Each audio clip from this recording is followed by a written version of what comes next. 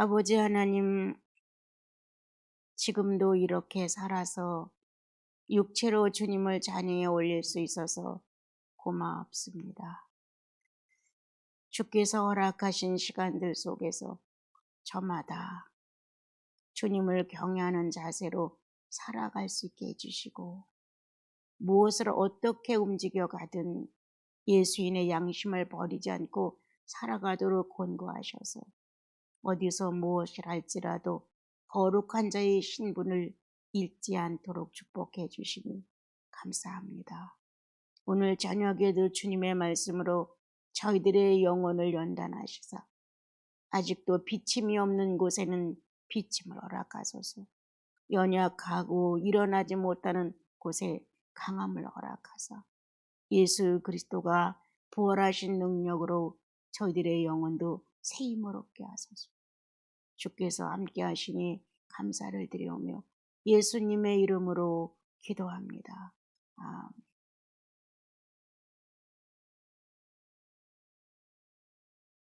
예, 우리 로마서 1장을 조금 정리하고 이제 2장으로 갈 내용인데요. 처음에는 그냥 그렇게 생각해서 그냥 한 군데만 집어서 이렇게 한 장에서 한 군데만 집어서 이렇게 해보리라 이렇게 생각을 했는데, 이제 조금 시간이 지나면서부터 너무나 놓치는 부분이 많은 거예요. 그러면요, 이 로마서는 이제 범위가 굉장히 광범위한데 한쪽 면만 몇 절 이렇게 들춰서 하게 되면 나머지 절들이 그냥 숨기움을 받는 것 같더라고요. 그래서 이거 안 되겠다, 조금 더 세분화하는 게 좋겠다, 이런 마음이 좀 들었어요. 그래서 이제 조금 다시 한번 그 21장 이제 4절부터 32절까지를 이제 조금 더 하고요. 이제 가장 중요한 것은 죄인이라는 것, 의인이라는 것, 율법이다, 복음이다, 이런 내용이 가장 많이 나오지 않나 싶어요, 이 로마서는. 그래서 이제 이방인들은 이런 죄를 많이 짓는다, 또 유대인들은 이런 죄를 많이 짓고 살았다, 이렇게 이제 설명을 해가면서 이제 그리스도 안에서 이제 한 덩어리를 만들어 하나님의 자손들은 이렇게 해야 된다, 이제 그렇게 결론을 내린 것이 로마서가 아닌가 그렇게 생각합니다. 그래서 이제 여기에 보게 되면 24절부터 이제 그 32절까지 이제 이렇게 보게 되면 복음은 믿음으로 말미암아 구원을 얻는다라는 내용과 이제 더불어 1장이 그 죄인의 모습을 많이 들춰주셨거든요. 율법은 행위로 행동해야만 구원을 얻는다. 그래서 복음과 율법을 정확하게 구분해 주기 위해서 로마서는 더더욱이 우리에게 필요를 느끼게 하고 있는지도 모르겠습니다. 그래서 그러면 이방인의 죄는 어떤 것들이냐, 유대인의 죄는 어떤 것들이냐. 그래서 이제 24절부터 32절까지가 이 세상의 인류라고 하는 이런 이방인적인 죄에 대하여 열거를 해놓으신 것 같아요. 그래서 이런 것이다, 이렇게. 또 이제 2장으로 넘어가면 유대인, 성민은 이런 또 죄를 졌다, 이렇게 이제 설명을 하시는 것인데요. 그래서 이제 창조주 입장에서의 심판이 있고, 내 백성이다, 내 자녀라는 친분 관계를 좀 더 짙게 한 심판이 있고, 이렇게 정리를 하신 것 같아요. 그래서 우리들은 다 그리스도가 없었을 때에는 창조주와 피조물 관계에서의 그분의 심판을 받는 거거든요. 또 그 창조주와 피조물 관계 속에서의 하나님의 입장을 밝혀내시고 있어요. 그런데 이제 예수를 믿고 나서 이제 보게 되면 내 백성이야, 내 자녀라는 입장과 관계를 가지고 저희들을 다스려 가시는 모습을 볼 수 있어요. 그래서 두 가지 양면을 다 보면서 나 자신이 하나님의 입장에서 자녀라는 신분을 가졌는데도 불구하고 피조물 입장에서만 살고 있는 데가 아닌가 이렇게 이제 살피게 되고요. 또 내가 친백성이야. 너희들은 내 친백성이야. 라고 유대인들을 친백성이라 이제 칭하시고 열방의 모든 나라를 봤을 때 엄청 차이점이 있게끔 보호를 하시고 인도를 하셨어요. 그래서 이제 우리들이 예수를 안 믿었을 때는 그냥 피조물과 창조주의 관계로 이제 대우를 받고 살았다고 한다면 예수 그리스도 안으로 들어오면 내 친백성이야. 그래서 범위가 달라졌다는 거예요. 다스림의 내용도 좀 달라졌다는 거예요. 그래서 아주 쫙 갈라진다고 저는 이걸 로마서를 볼 때, 야, 이방인과 유대인이 이렇게 확실하게 두드러지게 갈라져 있구나. 이제 이런 것도 전날에 이제 느꼈고, 또 복음과 율법이 그렇게 확실하게 갈라지듯이 행위와 믿음이 이렇게 갈라지는구나. 행위와 믿음이 아주 전적으로 확실하게 더 이상 뭐 연합도 할 수 없고 이걸 어떻게 할 수 없는 것으로 정리가 되어 갔구나 이런 거를 이제 느낄 수가 있었어요.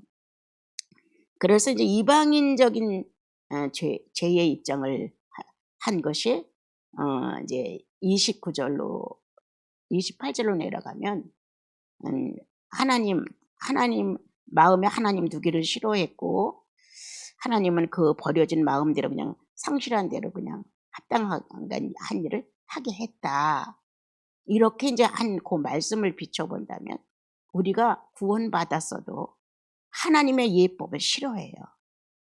이 저항이라는 게 이 안에 있어가지고 성령을 통하여 구속이 확실히 자기 마음에 인정이 됐다 할지라도 현실로 드러날 때 보면 마음에 하나님 두기를 싫어해요. 그리고 자기가 그 자리에 앉아서 하나님 노릇을 하고 싶은 거예요. 그러니까 하나님께서 그렇다면 하나님 없는 너를 네가 하나님이 되어서 살아봐라 하고 관심 받게 된다는 거예요. 상실한 마음대로 버려둔다. 그러니까 하나님께서 억지로 상실한 마음대로 버려두는 게 아니라 내 선택이에요. 내 선택이 남의 간섭받기 싫어. 네. 무엇을 실패하든 성공을 하든 내 뜻에 맞춰 내가 하고 싶은 거예요. 그래서 이제 특징이 있다면 마음에 하나님 두기를 싫어하는 것이 인류의 모든 이방인들의 그 모습이에요. 죄인들의 자연성이죠. 이 죄인들의 자연성은 이 마음에 하나님 두기를 싫어해요. 너무나 거치장스러운 존재 같은 거예요. 그런데 예수 그리스도를 주님으로 모시고 살면서도 자기 입장에 어떤 곤란한 문제를 만나면 하나님 두기를 싫어해요. 그래서 가슴 속에서 선악과가 번쩍번쩍 빛나고 선악과를 따먹으면 모든 것이 해결될 것 같은 마음 때문에 하나님을 밀어내고 그 선악과의 유혹 속에서 자기 자신이 하나님이 되어서 왕노릇을 하고 있는 모습을 보게 되죠. 그러므로 이제 순리를 거스리는 문제가 나오게 된 거예요. 이 피조물과 창조주의 관계의 특징은 순리예요. 네. 하나님께서 살아갈 수 있는 조건을 갖추어서 우리를 만들어내셨어요. 그럼 그분의 법칙대로 그분이 원하는 순리대로 일처리가 되어 가야 되는데 싫은 거예요. 자기가 만든 어떤 법도에서는 자기를 수긍시키는데 하나님이 만든 순리에는 거역하고 싶은 거예요. 그래서 하나님이 그 안에 거처하실 수가 없는 거예요. 그러므로 심판을 받게 됐고 그러므로 순리를 거스리고 영리를 위해서 자기들이 존재함으로 아주 본성적으로 하나님을 거스리죠. 이렇게 이제 타락되음으로 인하여 상당한 보응을 받는다. 하나님을 마음에 두기를 싫어하는 것 상당한 보응을 받죠. 살아서 육체로 어떤 복을 받는 게 아니라 무서운 죽은 후에 음부로 떨어지죠. 어마어마하죠. 우리가 상상할 수 없어요. 이 음부라고 하는 것. 네, 우리가 아무리 죄를 짓고 두려움에 떨어도 지옥이라는 자체에 대하여 실감 없습니다, 여러분. 그것은 자기 영혼이 한 번도 경험을 해보지 못했기 때문에 아주 극히 피상적인 거예요. 그렇게 무서운 보응을 받는다고 해도 사람들은 크게 관심을 갖지 않죠. 이제 고라자손이 땅속에 묻히는 것이나 소돔과 고모라 성에 유황불에 타는 걸, 이런 걸 보면서 아마 음부를 연상할 수는 있었을 거예요.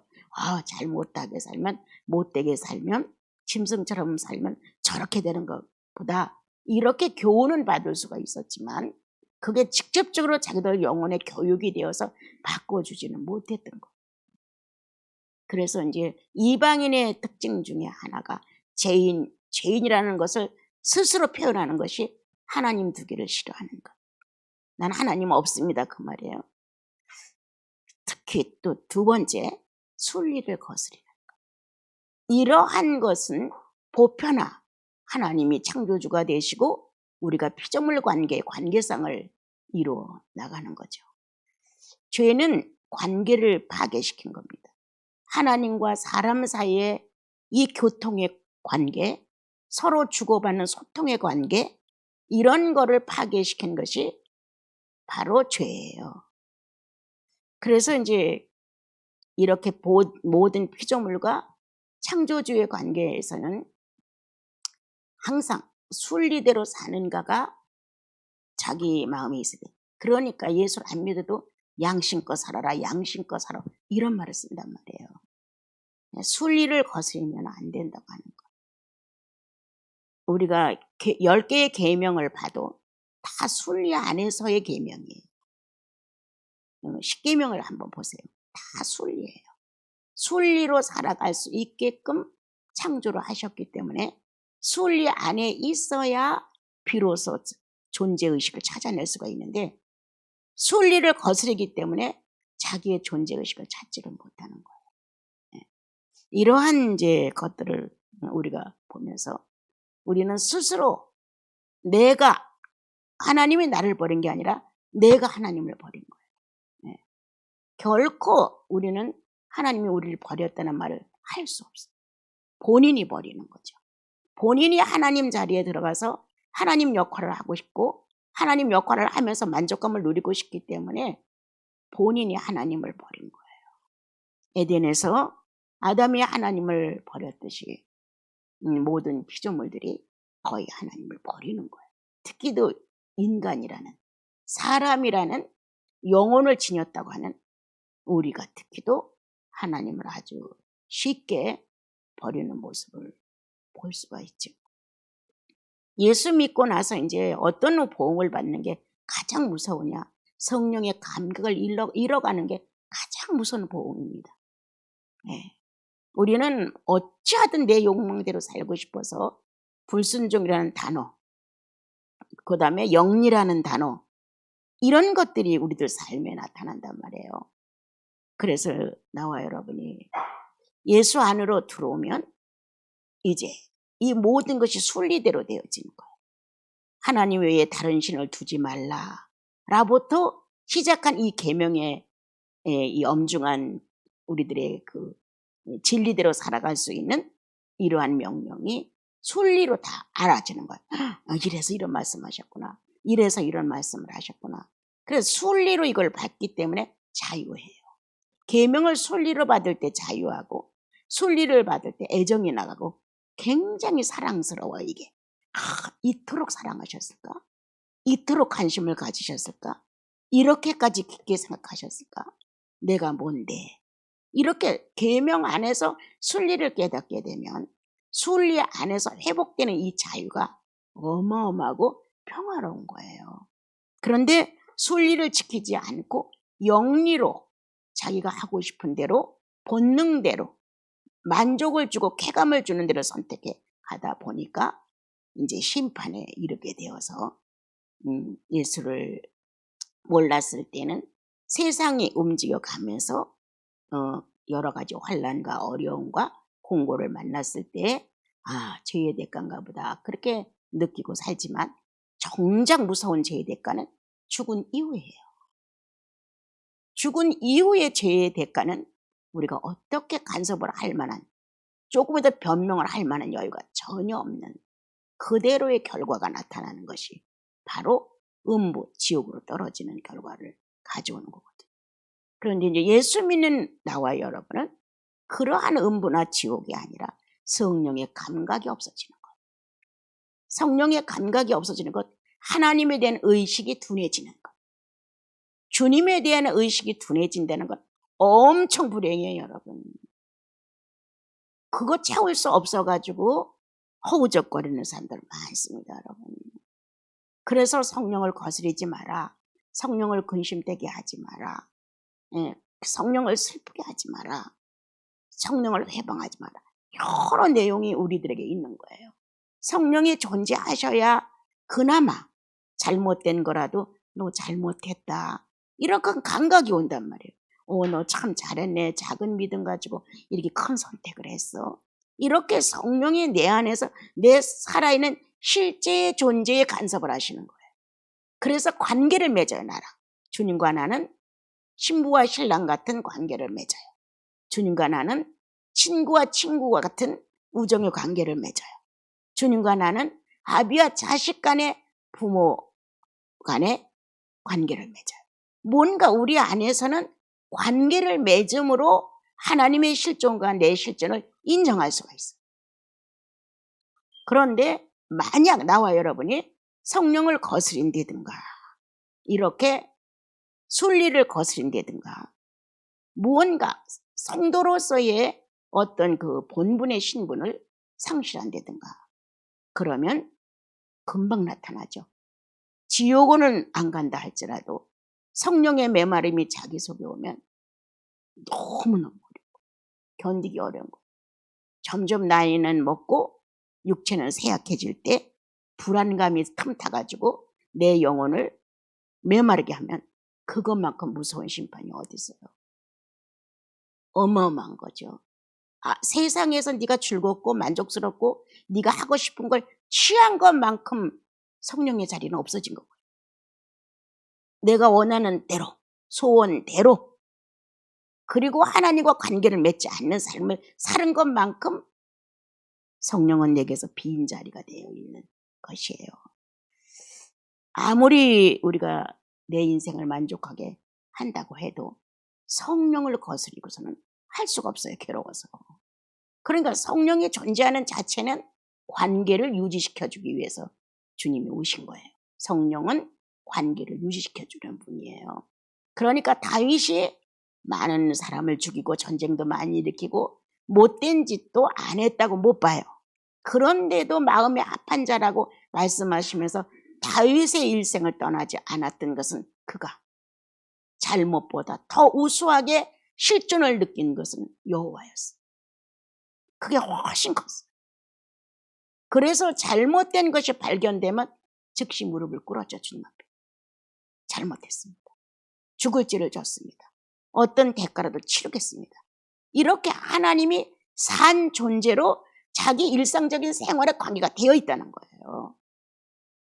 그래서 허물의 가려움을 받는 축복을 받은 거예요. 성령은 바로 어떤 일을 하시냐? 나의 허물의 가려움을 받게 하시는 분이 그분. 어떻게 인생이 살아가면서 하루 있다 죽는 것도 아니고 수십 년의 세월 속에서 허물이 어찌 없으리요? 어찌 죄가 없으리요? 충분히 우리는 의인다운 의인의 모습으로 계명을 완성할 수 없습니다.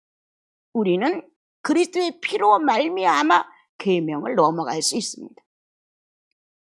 그러므로 나와 여러분 안에는 성령이 우리 안에서 충분히 그리스도의 보혈이 죄값을 치르고 갔다고 하는 것을 우리에게 인식시켜서 부활로 불안한 우리들의 심령이 부활로 다시 일어날 수 있는 것이거든요. 그럼 이와 같은 일을 계속할 수 있는 건 성령이 하시는 일이에요. 여러분들 비참하면 안 돼. 비참해지면 아주 마지막 순간까지라도 나와 여러분의 이 살아있는 육체의 의식 안에는 하나님이 1위를 차지하셔야 돼요. 예. 그래서 무식하든 유식하든 가난하든 부하든 이건 문제가 안 되어요. 나와 여러분의 영혼 속에서 얼마만큼의 비중을 가지고 그분이 내 주님이시냐예요. 나의 주님. 그분은 나의 주님이야. 내가 완벽해서 내 주님이 아니야. 내가 부족해서 내 주님 나는 필요한 거예요. 그래서 그 주님에 대한 인식이 얼만큼 영혼 속에 있느냐가 심판을 면한다는 거예요. 예. 메말라지는 심판 있을 수 없다. 허탈하고 뭔가 허전해서 이래도 안 되고 저래도 안 되고 안절부절하면서 어려워하는 이런 공허 있을 수 없다. 성령은 우리 안에서 우리의 허탈과 공허를 충분히 메꿔 가시는 분이시라는 거예요. 그래서 예수 믿는 사람들과 예수 안 믿는 사람들의 이렇게 분리되는 모습을 여러분에게 조금 소개를 해드렸습니다. 그리고 이제 내려와서 보게 되면 이제 공통된 이방인들의 죄가 불의, 추악하고 쭉 나오죠. 무정한 자여, 무자비한 자여 이렇게 끝에까지 쭉 나온단 말이에요. 한 20가지 정도가 죄의 종목으로 등장을 해요. 이건 보통 인류가 다 하고 있는 짓들이라는 거예요. 예. 그 중에 어떤 면은 더 두드러지게 많이 죄를 짓고 어떤 면은 별로 안 짓고 전혀 손을 안 댄 부분도 있을 수도 있어요. 그렇지만 이 종목에 나는 아니야 라고 말할 수 있는 사람은 거의 없을 거예요. 불의에서부터 시작해서 마지막 죄의 종목까지 우리가 나를 놓고 살펴서 엑스레이를 찍어본다면 우리의 영혼의 엑스레이에는 그 죄의 부분들이 다 찍혀 나올 거란 말이에요. 예. 이게 예수 그리스도를 모르는, 다시 말하면 하나님을 모르는 죄인된 자연인의 모습이에요. 예. 하나님을 거역한 죄인된 자연인의 모습에는 이게 당연히 들어있는 거예요. 뺄 수도 없어요. 지울 수도 없어요.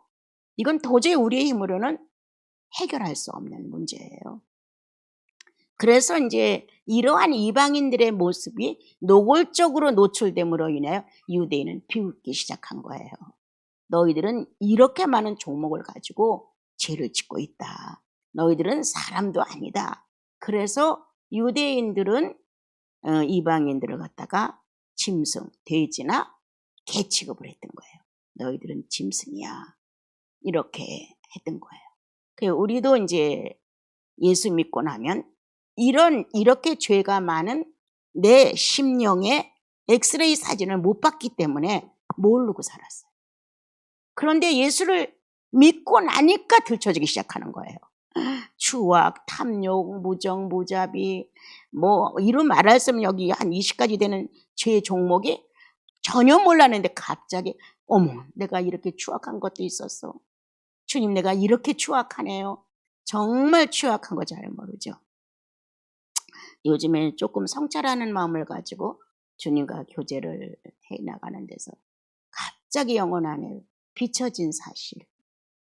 야, 참 인생은 더럽다. 더럽다라는 마음이 밀려왔어요. 그래서 이제 더럽다는 내용을 가지고 한번 자신을 성찰해 봤어요. 아주 치사하고 더러워요, 인생이. 아무것도 아닌 이 삶의 표현을 진실하게 못나. 그리고 정직하게 못나. 거기는 뭔가 타산이 다 껴가지고 자기를 보호하려는 보호 능력에 의하여 너무 더러운 짓을 하는 거예요. 이러한 제 모습이 처음엔 아주 살짝 지나갔는데 기도하다 눈을 번쩍 뜨는 거예요. 이것도 더럽지. 나도 모르게 이것도 더럽지. 이렇게 또 묵상을 하다 또 이것도 더러워. 이렇게 이제 그 더럽다는 의식이 이제 영혼 속에서 나를 막 뒤져내시는 거예요. 그 언어도 더럽죠. 거기에 관계된 나라는 인격의 의식이 더럽고, 인격의 의식이 더럽고. 그래서 더럽다는 의식을 가지고 요거 저거 주님 앞에서 이제 성찰을 해보게 됐어요. 여기 능력하는 자여, 미워하는 자여, 교만한 자여, 자랑하는 자여, 악을 도모하는 자여, 배역하는 자여, 무정한 자여, 얼마나 많아요. 여기에 해당되지 않는 사람은 어디 있어요, 그죠? 그런데 몰랐다는 거예요. 이렇게 죄가 철저하게 아주 죄의 목을 가지고 우리들과 같이 생활을 했는데도 우리는 몰랐다는 거예요. 예수님 없었을 때는 몰랐다는 거예요. 그럼 예수님을 알고 나니까, 죄가 뭔지 알고 죄를 용서받고 나니까, 이야, 더럽고 추하고 비굴하고 진짜 이런 말할 수 없는 내 모습이 들춰지기 시작하는 거예요. 아, 그렇구나. 예수인은 죄와 관계없는 신분이라구나. 예수인은 죄와 관계없는 신분이어야 되는 거예요. 그러니까 죄가 노출이 되는 거예요. 죄와 관계를 맺고 친하면 같이 동료가 돼서 같이 이행을 하니까 아무렇지도 않아요. 그런데 이제 내 안에 들어있는 예수 그리스도로 거듭난 인격이 이거를 아는 거예요. 저 추악한 거, 저건 불의한 것, 저건 무정한 것, 저거는 어떤 것 하고 알아주는 거예요. 알려주는 거예요. 비로소 나를 진단할 줄 아는 의사가 되는 거예요. 본인을 진단할 줄 아는 의사. 그런 과거에 나는 얼마만큼 지독히 죄인이었느냐, 예수님을 몰랐을 땐. 이 20가지가 되는 죄를 다 행사하면서도 나는 뻔뻔스러워요. 죄에 대하여 무감각했다. 죄에 대하여 무감각. 그런데 예수 믿고 구원받고 나니까 이 20가지가 넘는 죄악이 내 안에서 간혹 조명되면서 알려주시는 거예요. 그래서 의인으로 거듭나고 나서 비로소 죄에 대해 철저해지는 거예요. 내가 이렇게, 내가 이런 사람이었어? 이렇게 나라는 한 사람 속에 죄병이 20가지 이상이 종합병원을 갖고 있는데도 불구하고 몰랐다가 예수 믿고 나서부터 알면서 정리해가기 시작을 하는 거예요. 주님, 내가 오늘 나를 진단했을 때 무정한 마음이었습니다. 그래서 이렇게 야박하고 야속하고 말을 함부로 내가 내던집니다. 이렇게 뭔가 내가 병들어 있음을 고백하는 인격으로 바꿔지는 거예요. 그건 수치도 아니고 부끄럼도 아니에요. 당연지사로 주님 앞에 나와 내 인격의 정직함을 말씀드리는 거예요. 주님, 내가 도둑놈이었습니다. 나는 남들이나 도둑질하는 줄 알았는데 아니요, 제가 도둑놈이었습니다. 오늘 주님은 내 안에 도덕의 근본을 가지고 있는 본질을 주님 내게 알려주셨습니다. 그래서 주님과 자기 사이에 도덕성이 들어있는 악성을 이제 알고 겸손해지기 시작하는 거예요. 이렇게 예수 믿고 안 믿고의 차이는 어마어마한 거예요. 그래서 이제 우리는 이 피조물과 창조주의 관계에서 죄인의 자연성 속에서 아무것도 모르고 살았다는 거예요. 그런데 예수 그리스도를 만나고 나니까 들춰지기 시작하는 거예요. 엄청난 은혜죠. 하나도 안 나빠요. 당신 교만해. 맞아요, 나 교만해요. 이렇게 할 수 있을 만큼 바뀌는 거예요. 당신 매정하고 아주 못돼서 이기주의자야. 맞아요, 내가 아주 못됐어요. 내가 매정할 뿐 아니라 엄청 이기심이 강한 사람이에요. 이렇게 나를 인정할 정도가 돼야 되는 거예요. 그런데 그런 말을 들으면 오기가 생기는 거예요. 내가 이기주의야. 넌 얼마나 잘났어. 네, 그건 성령의 반응이 없는 거예요. 그건 그대로 죄인의 자연성이에요. 보복하는 것, 오기스러운 것, 복수하는 것, 꼭 대꾸해서 대립시키는 것, 이거는 성령의 마음이 아닌 거예요. 그래서 이제 구원받은 나는 구원이 확실해. 왜? 죄를 싫어하니까. 구원받은 거 확실하다는 증거는 죄를 싫어하는 거가 확실해야 돼. 예. 이건 의인으로서 할 짓이 아니야. 의인의 행동이 아니야. 의인의 말이 아니야. 의인의 판단이 아니야. 의인의 사고가 아니야. 의인의 양심이 아니야. 한다는 거예요. 그래서 내가 이렇게 막중한 사형에 해당된 데는 20가지가 넘는 죄의 종목을 가지고 살았어도 아주 뻔뻔스러웠다. 처녀가 아기를 낳아도 할 말이 있다고 뻔뻔스러웠죠. 해명하고 변명하고 합리화하고 거기다 자기들 다 팔아넘겨. 그렇게 살아왔는데 예수의 영이 오셔서 이 불의한 나를, 추악한 나를 구원하셨다는, 하나님의 자녀로 바꿔놨다는 사실을 우리가 받아들이게 됐어요. 네. 이 신비는 학문으로 되는 것 아니에요. 교육으로 되는 것 아니에요. 종교성으로 되는 것 아니에요. 하나님의 구속의 말씀이 전달될 때 영혼이 찢어지는 거예요. 네. 성막이 예수 그리스도가 십자가의 못을 박을 때 휘장이 꽉 찢어진 것처럼 하나님에 대하여 봉쇄되었던 휘장이 예수 그리스도의 소식을 들으면 찢어지는 거예요. 그래서 하나님에 대한 무감각했던 마음이 휘장이 찢어지면서, 나의 죄성이 찢어지면서 하나님이야 발견하는 거예요. 이 의식은 신비예요. 이론으로 말 못해요. 아까도 말했죠. 학문으로 안 돼요. 교육으로도 안 돼요. 종교성으로 아무리 빌고 무릎을 꿇고 정성을 들여도 안 돼요. 이거는 여러분. 심령의 흔적이. 창조주이신 하나님이 자녀의 입장으로 우리를 돌변시키는 그분의 신비의 역사예요.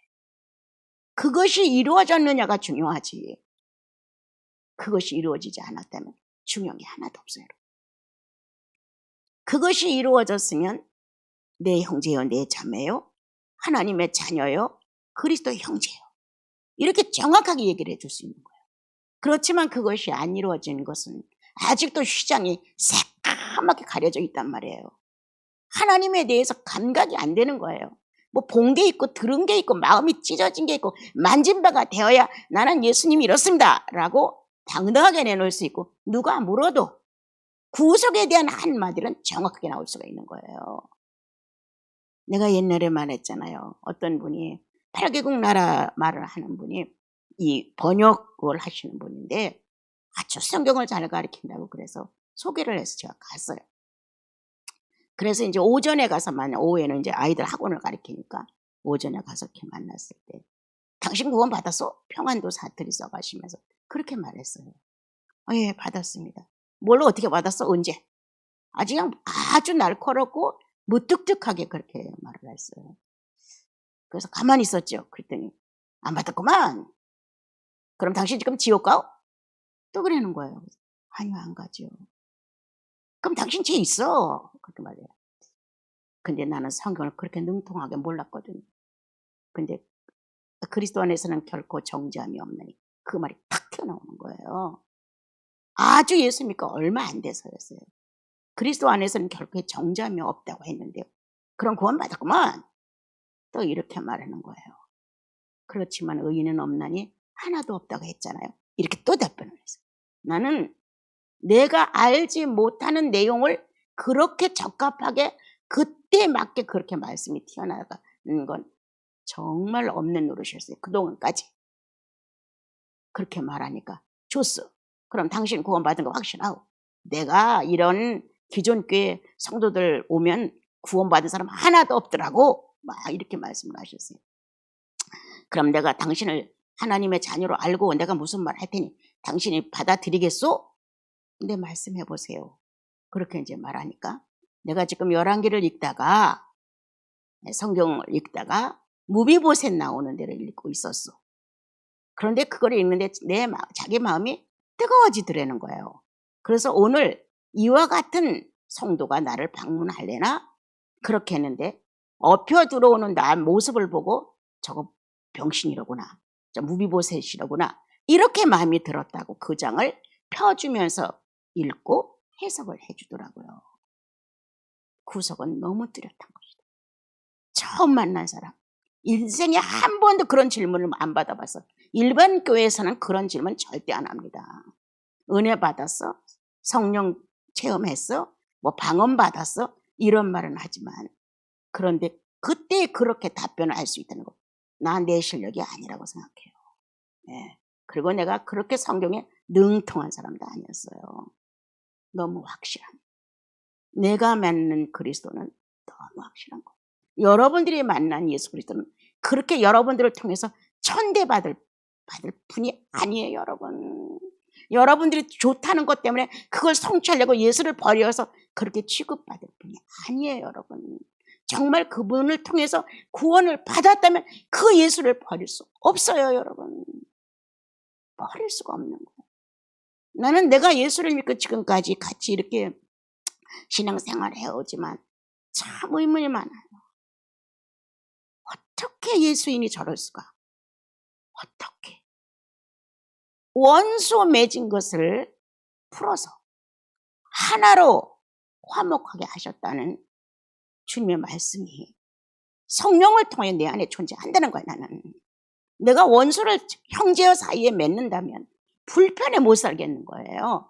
그 말을 성경 말씀에 원수 맺지 마라, 형제를 사랑해라, 이런 걸 내 눈으로 다 읽어서가 아니라는 거예요. 기본적인 성령의 역사가 이 안에서 하나님이 원하지 않는 걸 알려준다는 거예요. 나는.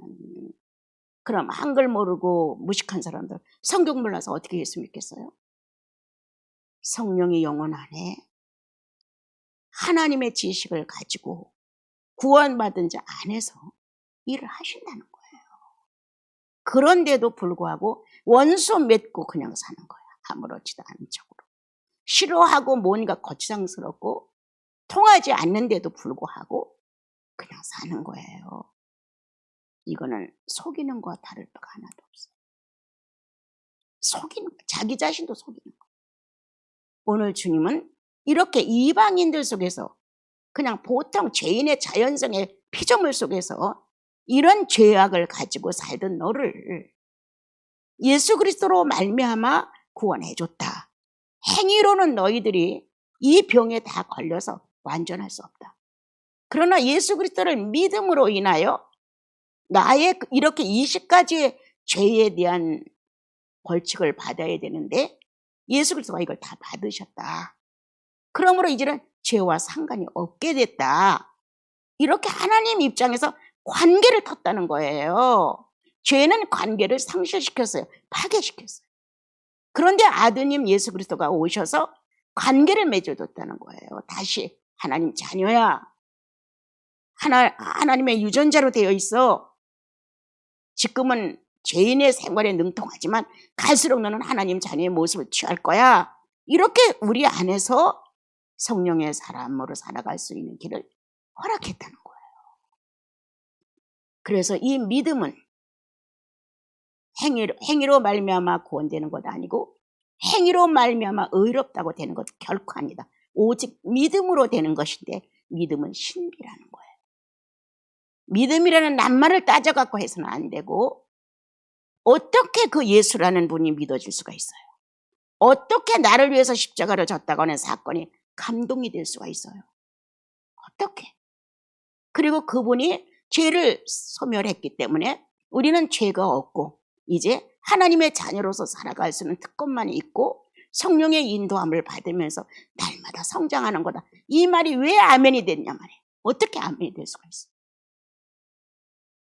우리 안에 이렇게 놀라운 새로운 창조가 영혼 속에서 이루어졌기 때문이라는 거예요. 네. 그래서 지금 우리들이 해야 하는 일은 예수 믿고 이렇게 숱한 죄의 병에 걸려서 죄의 감각도 없이 살았는데 이제 예수 안으로 들어왔으니 우리들이 이제 죄병에 걸렸던 종목을 다 안단 말이에요. 그럼 금방 알아요. 내가 또 이 병에 걸렸구나. 내가 또 이 병이 들었구나. 내가 또 이렇구나. 난 빨리 이 약을 먹어야 돼 하고 치료 방법을 안다는 거예요. 뭐예요? 인정하는 거죠. 치료 방법은 자기를 인정하는 거예요. 치료 방법은 구속을 인정해 줘야 돼요. 나는 거듭난 사람이야. 그러면 네가 그렇게 할 수 없지. 이렇게 답변이 온단 말이에요. 치료 방법은 내가 성령을 거스렸습니다. 이렇게 고백해 간다는 거예요. 치료 방법은 회개케 해요. 할 수 없습니다. 주님, 나 이거 아닙니다. 싫습니다. 난 돌아가야 합니다. 자녀의 신분으로 돌아가야 합니다. 나는 하나님의 친백성으로서 하나님의 말씀을 받은 진리의 한 사람으로 돌아가야 됩니다. 이 방법을 알고 인정을 한다는 거예요. 그게 구원받은 사람의 증표입니다. 그것이 활동할 수 있는 것은 믿음 안에서 성령이 역사하시기 때문입니다. 그래서 나와 여러분은 행위로 완전한 자 하나도 없습니다. 죄에 대해 병들었다는 사실도 몰랐는데 믿음이 어디 있어요? 있을 수도 없죠. 그런데 예수 그리스도가 이러한 일을 했고 하나님의 의로운 방법이 하나 태어났다. 예수 그리스도가 오시기 전까지는 율법에 의였어요. 하나님의 의. 그러나 예수가 오셔서는 예수님이 의가 되셨어요. 하나님이 오르신 일을 하나 했는데 예수 그리스도를 보내셨다. 그는 하나님의 의였다. 동시에 믿는 자 안에서 의가 된다. 옳은 도리가 돼 진리가 된다는 거예요. 그래서 믿음으로 이것을 합한 사람은 인격의 신비가 싹트기 시작하는 거예요. 인격의 변화가 왔다는 거예요. 인격의 창조가 왔다는 거예요. 인격의 새로운 의식이 들어왔다는 거예요. 그래서 자기가 행하고 움직이는 이런 것들을 보게 되면 내가 죄인의 행세를 또 했구나 하고 안다는 거예요. 근데 그게 알려지지 않아서 회개를 안 한다면, 뉘우침이 없다면 이건 아니라는 거예요. 특징은 그거예요. 나 예수 믿는 거 확실해? 나 죄인인데 의인이었어 확실해? 내 안에 성령 분명해? 이렇게 느낄 수 있는 근거가 있다는 거예요. 그 영혼 안에. 그런데 그것은 구원받고 성령 받은 사람은 안다는 거예요. 바보가 아닌 이상. 똑같은 성령이 역사를 하는 거예요. 내 안에서 역사하는 성령이 여러분들 속에서도 역사를 하는 거예요. 그러므로 서로 인정해주고 신뢰를 해주는 거예요. 내 속에 있는 성령이 당신 속에도 있음을 내가 안다. 당신 속에 있는 성령이 내 안에도 계심을 나는 안다. 연약한 부분은 조금씩은 있다. 그러나 분명한 것은 우리가 거듭났다는 사실이다. 그러므로 이제 32절에 가서 결론을 내줬죠. 다 사형당한다. 다 죽는다. 다 음부로 빠진다. 다 지옥으로 간다. 어마어마한 심판을 받을 것이다. 그렇게 네 맘대로 살았으니까. 하나님을 없다고 거부했으니까. 하나님을 마음에 두기를 싫어했으니까. 본능대로 살고 싶어 했으니까. 순리를 역행을 했으니까 대가를 네가 받는 것뿐이다. 그래서 지옥이라는 단어가 나오는 거잖아요. 아주 막막한, 길이 없는, 막혀있는 어둠컴컴한 신의 존재성도 나라는 존재성도 의식할 수 없을 만큼 무지한, 얼마나 무서워요. 공포적이에요. 이거 생각해보면. 우리가 살다가 간혹 이렇게 육체적으로 어려울 때 과일을 눌려요. 그것도 막 깨어나려고 몸부림을 치면서 아우성을 치다가 깨어나면 진땀이 나고 금방 잠 안 들고 싶어요. 무서워서. 그거보다 수백 배, 수천 배죠. 어떻게 할 수 없는 억눌림이 우리를 제압하는 거예요. 여기로부터 이제 구원을 받은 나와 여러분은 오늘 자신을 뒤져보십시오.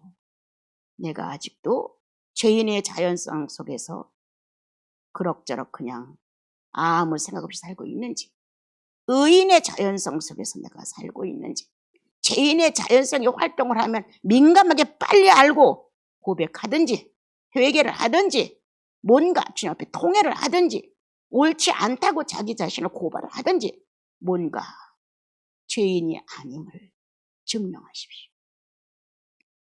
그래야 나와 여러분은 좀 더 의롭고 하나님의 합당한 자녀로서의 신분을 갖춰가는 것이고요. 이것이 해당되는 사람들은 이 형벌을 받는다고 했는데도 아주 같이 부추기면서 좋아한다는 거예요. 한 가지로 치우쳤어. 죄를 좋아하는 사람들은 죄를 좋아하는 사람들끼리 뭉칩니다. 거짓말 잘하는 사람들끼리는 그 거짓말 몇 번 한 거 하나도 중요 안 돼요. 사기를 치는 사람들은 사기치는 사람들끼리 어떻게 하면 더 많은 사기를 쳐서 우수한 성적을 올리냐가 문제인 거야. 자기들 안에.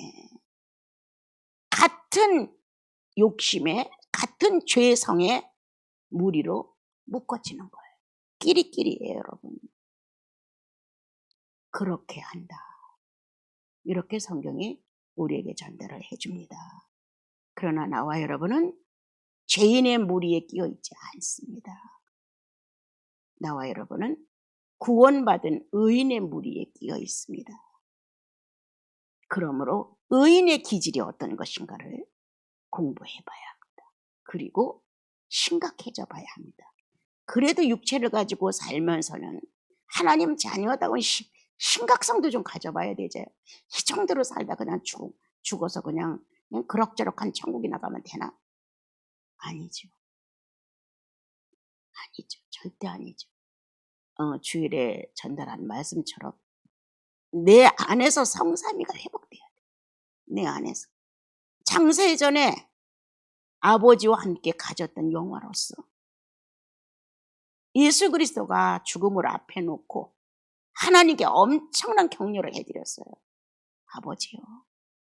창세 전에 가졌던 이 영화로움을 다시 찾을 때가 왔습니다. 그래서 이 아들을 통하여 영화를 맛보시옵소서. 엄청난 내용이에요, 이게요. 그와 같은 창세 전에 하나님 존재자가 한 분이었음을, 이것을 오늘 회복한다는 거예요. 예수 그리스도가 구원받은 성도 안에서, 구원받은 성도 안에서 예수로 거듭나 성령으로 임재돼 성부가 아버지가 돼 한 분의 하나님으로 내 안에 존재한다는 거예요. 그게 창세전의 영화를 구원받은 성도 안에서 완성한다는 거예요. 서울에 있는 꼬마 자매랑 통화를 하다가 정말 몰랐어. 난 정말 몰랐어. 예수 믿으면 그냥 천국만 가는 그건 아닐 거라는 생각이 들었어. 정말 알았어 이제는. 그래. 그래서 예수 믿는 가치가 중요한 거야. 누구라고 멋대로 안 살고 싶냐? 어느 누구라도 멋대로 살고 싶다. 할 만 다 하고 싶고 취할 거 다 취하고 싶고 다 똑같아 인생은. 그런데 예수 믿으면 안 되는 이유가 있어. 성령이 슬퍼하고 싫어하시는 거야. 이분이 나를 조절한다 이 안에서. 그래서 어느 정도 성도의 기준 정도는 지켜나갈 수 있도록 하시면서 계속 우리를 밀어주신다. 그럼 결국 나는 뭐냐? 지상에서 성삼위를 한 분으로 일치시킬 수 있는 그분인 거야. 그분의 성소야. 그런 얘기를 한 20-30분 주고받았어요. 우리는 잘못하면 자기 신분조차도 잊어버리고 산다. 죄인의 자연성으로 돌아가. 자기만 좋으면 다 좋은 거야. 자기가 만족하면 다 만족한 거야. 주님이라는 분에 대한 관심이 없는 거야. 주님이 기뻐하시는 걸까? 이분이 만족하시는 걸까? 이분이 마음 상하시는 걸까? 이분이 안 된다고 하시는 걸까? 이렇게 뭔가 나의 주제가 되시는 예수 그리스도를 놓고 고민하지 않는다는 거예요. 그래서 이제 2장으로 이제 넘어갑니다. 같이 잠깐만 읽어요. 우리 1절부터 5절까지 읽을까요? 한번 같이 읽어보죠. 그러므로 남을 판단하는 사람아, 누구를 막론하고 네가 핑계하지 못할 것은 남을 판단하는 것으로 네가 너를 정죄함이니 판단하는 네가 같은 일을 행함이니라. 이런 일을 행하는 자에게 하나님의 심판이 진리대로 되는 줄 우리가 아노라. 이런 일을 행하는 자를 판단하고도 같은 일을 행하는 사람아, 내가 하나님의 심판을 피할 줄로 생각하느냐? 혹 네가 하나님의 인자하심이 너를 인도하여 회개하게 하심을 알지 못하여 그의 인자하심과 용납하심과 길이 참으심이 풍성함을 멸시하느냐? 다만 네 고집과 회개하지 아니한 마음을 따라 진노의 날 곧 하나님의 의로우신 심판이 나타나는 그날에 이 말 진노를 네게 쌓는도다. 예. 자, 그러면 이제 유대인에게로 이제 문제가 넘어왔어요. 이제 화제가. 그럼 너는 누구냐? 너는 무엇하는 사람이냐? 이렇게 이방인들이 자세가 짐승 같고 돼지 같고 개같이 엉망으로 죄로 이렇게 범벅이고 살아가는데 이것을 판단하는 너는 누구냐? 너는 똑같은 일을 행한다. 누구와? 이방인이고. 똑같다는 거야. 너는 지금 자부하고 있다, 성민이라고. 너는 지금 아주 자부하고 있다, 선민이라고. 하나님이 있고 할례가 있고 율법이 있다고 너희들은 아주 자존심 있고 권위 있게 행동하는데 같은 일을 행하는 사람아. 이렇게 나오죠. 같은 일을 행하는 사람. 하나님이 지적을 하신 거예요. 너희들은 추악도 안 하고 불의도 안 하고 무정도 안 하고 괴악하지도 않고 배약도 안 하고 교만도 안 하고 다 아주 신선하고 거룩한 존재처럼 생각하느냐? 행함이 똑같다. 행함이 똑같다. 너희들 마음대로 개 같은 이방인이야, 돼지 같은 인간들이야, 이렇게 말하는 너도 똑같다. 그러면서 심판하는 것. 똑같이 심판하지 않니? 판단하지 않니? 똑같은 일을 행하지 않니? 이렇게 주님이 말씀하시는 거예요. 그래서 나와 여러분은 한번 돌아보는 거예요. 아, 내가 의인의 자연성으로 축복을 받았는데 이제는 의인의 기질이 나와야 되고 의인의 본성이 나와야 되고 의인의 본능이 나와야 되는데 지금 이렇게 하나님을 잘 믿는다는 유대인들을 놓고 하나님께서 너희는 같은 일을 행하는 사람들아. 뭐가 다르냐? 회개치도 않아. 마음대로 판단해. 고집이 세. 뭐 하나 제대로 돼. 그리고 정죄해. 스스로 잘난 척 해가며 아닌 척 해가며 상대를 업신여기고 멸시해. 그렇다면 뭐가 다르냐? 얼마나 멋진 하나님이세요? 얼마나 멋진 주님이세요? 얼마나 공정한 주님이세요? 유대인이라고 자부하는 성민이 이방인과 똑같아. 그러므로 자부하지 마라. 이렇게 유대인이 죄인이 됐다는 거예요. 우리가 구원받았다고 만찬을 띈다고 그리고 주님 앞에 예배가 있고 그리고 성령을 받았다고 말하지만 똑같은 일을 행하는 사람아, 이렇게 편지를 우리에게 쓰실 수 있는 거예요. 할례가 있고 선택된 민족이고 율법이 있다고 자부하는 너희가 개 같은 이방인과 똑같은 일을 한다. 이렇게 말씀하신단 말이에요. 우리 똑같잖아요.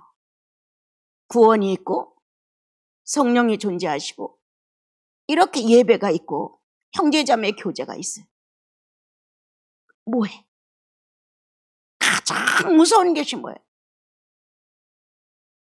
이방인이나 이렇게 유대인이나 지금 주님이 똑같아 라고 인정한 내용이 뭡니까?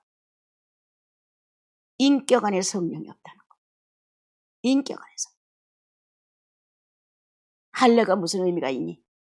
율법이 무슨 의미가 있니? 겉으로 드러난 그것들이 너희들을 성민이라고 말한다고 하자. 그렇지만 하나님의 거룩한 성령이 그들 안에서 역사할 수 없는데 무슨 의미가 있냐? 교회를 다니고 아무것도 모르고 세례를 받고 죽으면 천국 가는지 지옥 가는지도 모르고 하나님이라면 부족한 거 좀 채워달라고 소리치고 믿는 그들이나 구원받고 천국 간다고 기복적인 신앙은 아니라고 자부하는 너희나 뭐가 달라? 주님이 그렇게 말씀하십니다. 똑같아. 인격 안에 성령이 없다. 인격 안에 성령이 없으면 교제권이 없다는 거예요. 할례가 무슨 의미가 있니? 구원받았다고 자부하는 게 무슨 의미가 있니? 만찬이 무슨 의미가 있니? 십계명 받았다는 게 무슨 의미가 있니? 순종이 제사보다 낫다고. 형식과 외식이 중요한 것이 아니라 전례나 전통이 중요한 것이 아니라 오늘 현재 살아있는 예수인의 양심의 영혼이라는 거. 주님은 내 백성한테도 냉정한 말씀을 하시죠. 내 자식한테 더더욱이 날카로운 말을 전달해 주십니다. 똑같아. 내 입장에서 너희들은 아무것도 아니야. 똑같아.